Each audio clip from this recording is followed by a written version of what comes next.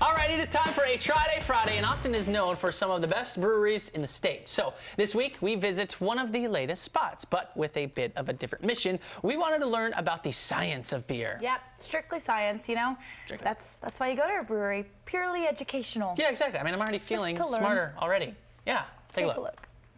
We're always trying to show you the latest, greatest around Austin, and today that brought us to St. Elmo Brewing Company. That's right, located in South Austin. It's in a new development area. It's up and coming. It's called The Yard, and we're gonna get to drinking some beer, but we also wanna know the science of like what's in the beer. Yeah, but before that, we're gonna give you just a quick refresher on how beer is made with the co-owner, Brian Winslow. Hey, up here.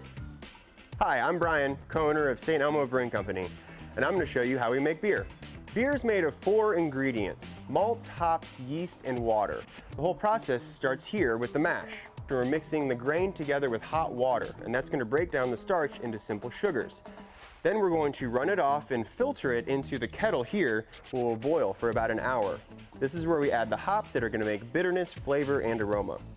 We'll run it through those hoses into the fermenters. That's where we'll add the yeast, and it'll begin to make alcohol and CO2. The yeast will settle out, and then we'll transfer the finished beer into our cold room. The finished beer is going to go into these serving tanks, where we'll carbonate the beer, and then it'll run straight to the taps, where we pour our pints. All right, so that was a little beer tutorial. Now we know how beer's made. That's right, Beer 101, except, you know what we all really want to know? Huh. How much alcohol is in here? Yeah, like how many of these do I have to drink in order to go into Barton Springs in the wintertime? Nude. Yeah, exactly. Just saying. You know what? Let's get down to the science of it. Put our gloves on. Okay. And we'll see what Brian has to say about all this. Yeah.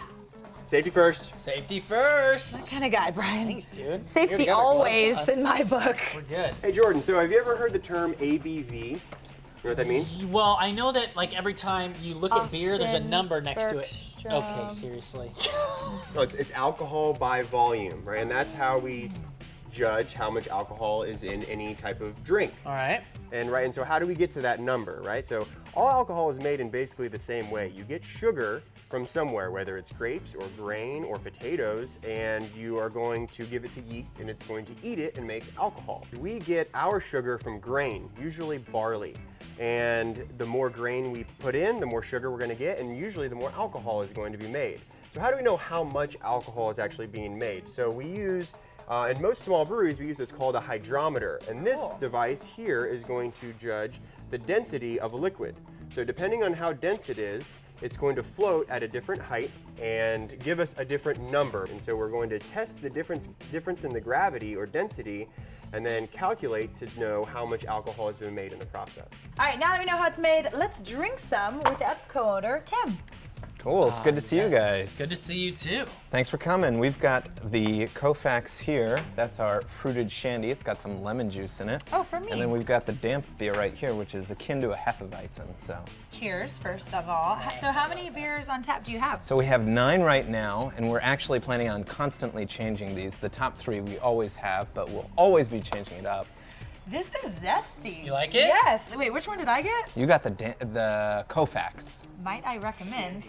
Oh, the Shandy Koufax. Might I recommend? So you guys haven't been open very long, and already people are gravitating because the vibe is so fun here. Tell us about it. Totally, yeah. So we have a permanent food truck outside. It's called Sour Sop.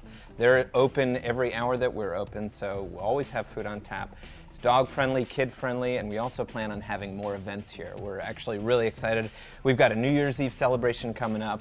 We're going to have the Minor Mishap Marching Band and a DJ spinning music all night, so it should be a really fun time. $10 tickets. Go to our website, go to our Facebook page, and buy them there. Oh, fun. Yeah. And then you're part of this cool community out here. This is The Yard. Tell us a bit about the vibe. Totally. So this is kind of a new maker space that's opening up down here in South Austin. We just happen to be the first public business to be open. Our neighbor is going to be a whiskey distillery. The first building right at St. Elmo is going to be a winery and a coffee roasting company. Cool. So we're not the only show in town. We're excited for all our neighbors to open. Tim, will you have a drink with us? Absolutely. What are you going to get? This one is the Jan. This is our German IPA. Cheers. Cheers. Well, there you have it. Games, great food, awesome beer. There's a lot to get hopped up about. How long were you waiting to say that? I don't know, maybe the whole segment. My goodness. Well, came out great. Anyway, you guys can come on down to St. Elmo's. They're open every day except Monday, and they've got really good beer. Come have some fun. Cheers.